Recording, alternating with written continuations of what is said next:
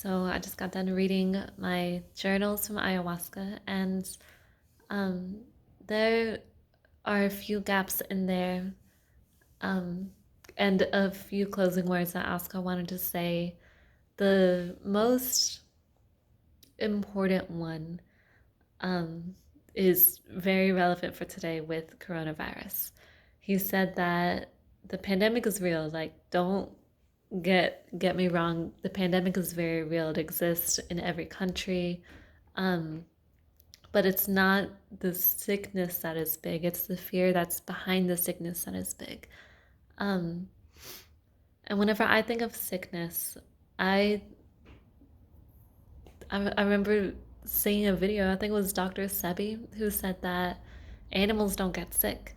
Sickness is very much just a human thing to go through. Um, it's kind of like a social disconnection. I kept on saying that I had arrows coming at me, and the arrows come from other people, like people not wishing you well, and everybody gets them. Um, if only I could understand why they were coming and like what I can do to prevent them from coming, because I do not want to get sick. Um, it's it's not for humans to get sick. I think that's why cancer is so big. Even mental illnesses are so big now. Like we're not supposed to be doing these bad things to other people. We're not supposed to be casting like um this is gonna sound like witchcraft, but we're not supposed to be casting spells on one another, sending bad karma to one another. We're social beings and we need to take care of each other. Um, Whenever I see sickness like this, I see it as a social sickness.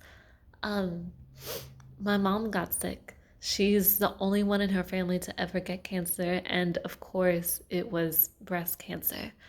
And I think it was a social sickness. I don't know if I'll ever get an answer here. Um, I don't know if I have access to that kind of knowledge, but I do have some theories. Like, um, I mentioned escapism in one of the other videos, and I really think our family has this generational thing of leaving. Like, for instance, nobody resides in the same state in my family for the most part. Um, all of my dad's siblings, they all live in different states. Me and my sister live in different states. I see my cousin moving out from the West Coast to the East Coast. I see my mom's brothers. Her and her brother came here to America from Peru. And she still has two other brothers out there. It's just separation. There's so much separation in my family. Um, and it's by choice, it's by free will. And I don't know what to do at this point, because that's a lot of family spread out in a lot of different places. The only time that our family has come together as a whole were for two things. The first being my mom's funeral was the first time I met her brother before and his wife.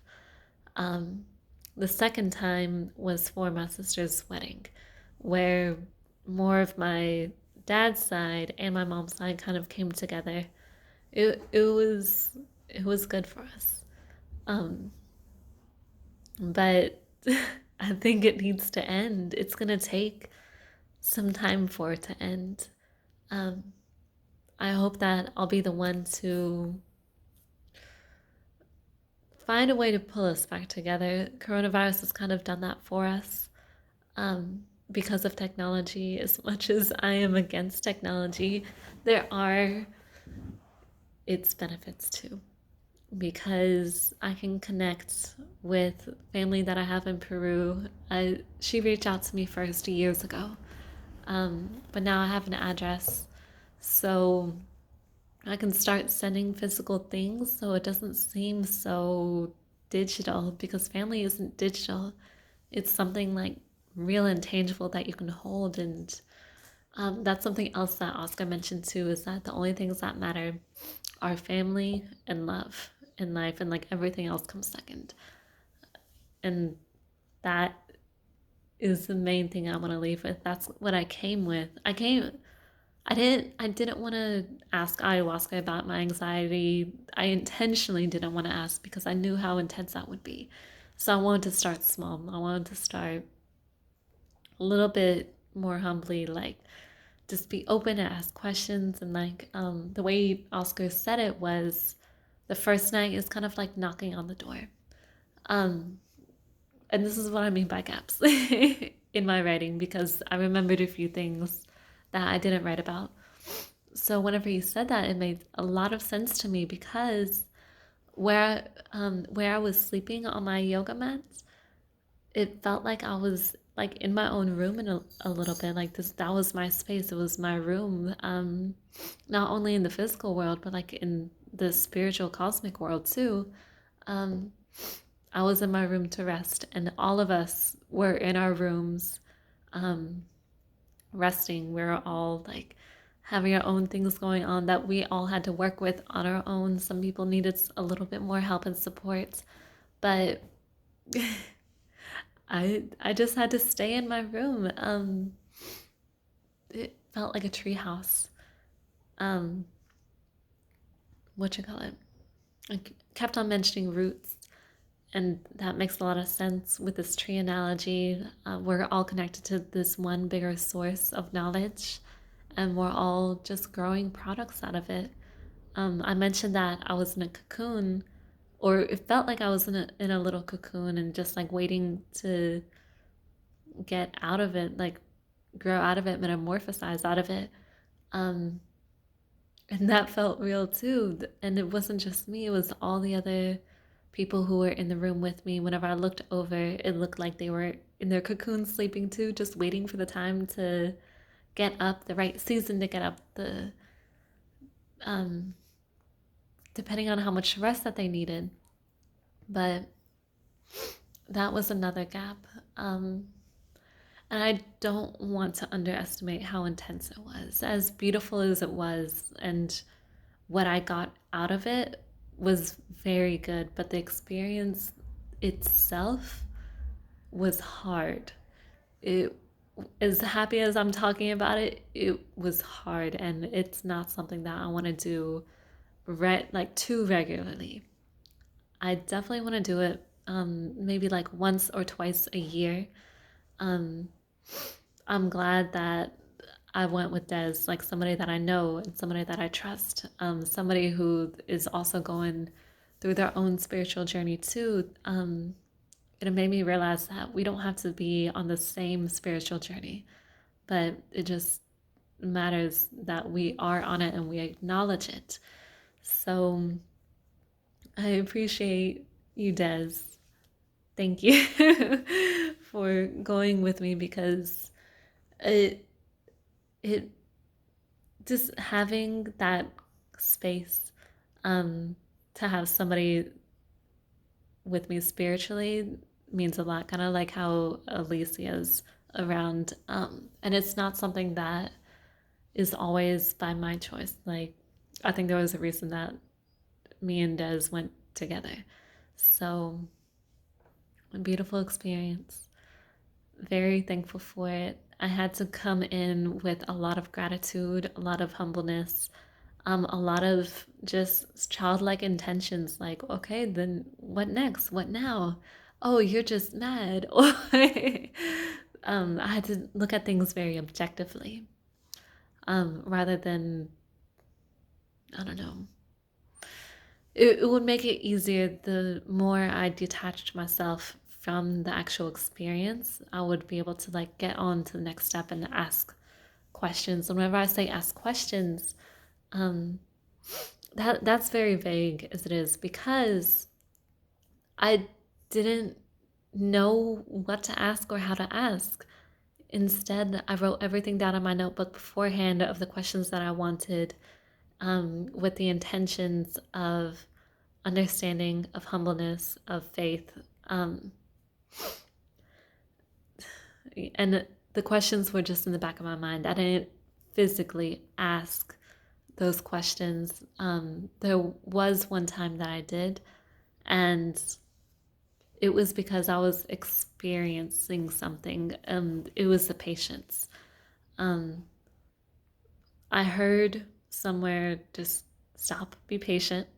And then the back of my head goes, what do you mean by patient? And that's when the upper hand said, okay, I will just show you because you are not listening to me.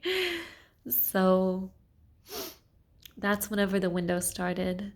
There was one window that was in the kitchen that I would just watch, and I would see the colors cycle through the colors of like sunset, day, sun, or sunset, night, sunrise, day, and like they would just cycle through the just the calendar. Um, the temperatures would change, like it was seasonally too. Like it would get really hot, it will get really cold, and then it would be like an okay temperature to where I could start moving, but the upper hand would just like slap me back to bed, like stop moving. It's not time yet. Be patient, and I would just have to sit there and wait.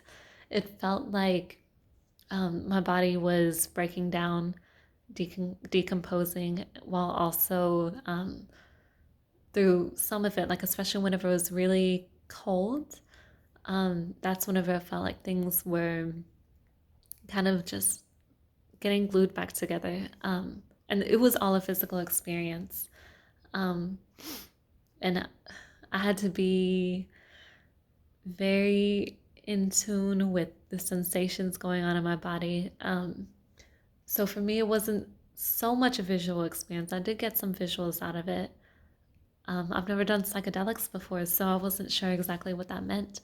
So, um, very physical for me. Auditory, because I would hear things. I did see Mother Ayahuasca. I had mentioned that she was just like this black figure with um, these dark blue illuminating lines around her. She leaned over me and whispered to me good night, and that's whenever um, I don't know if I pulled the covers over my head or like subconsciously just threw them over. That's when it started. So, thank you. I feel like this story changes every single time I tell it, but that's okay because I find something new out of it every single time, and I don't want to just desaturate the story or anything. So, this will be my concluding video. What I'm gonna do with my journal, I'm gonna rip out the pages that I wrote before, during, and after the ayahuasca, as relatable as it is, and put it in a special place because I know my journal, I'm not gonna be able to find it in my journal. Most of my journaling is just like nonsense I need out of my head, just crap. But those pages are special, so I'm gonna put them aside. And have them in place so I can find it pretty easily for the next time I do it. Um, I do intend on doing it again. So compare the two differences, see what the process is like from here and then. Because this week I cried every single day. I don't know why they lasted a little bit shorter than what I normally cry for, which anyway, we'll talk about that later. But it felt more of like a release, like the crime was actually doing what it was supposed to rather than just um, what it was before. So we'll see how everybody's mood is. Have some spiritual buddies now. Hope they're doing good. That's it. Peace.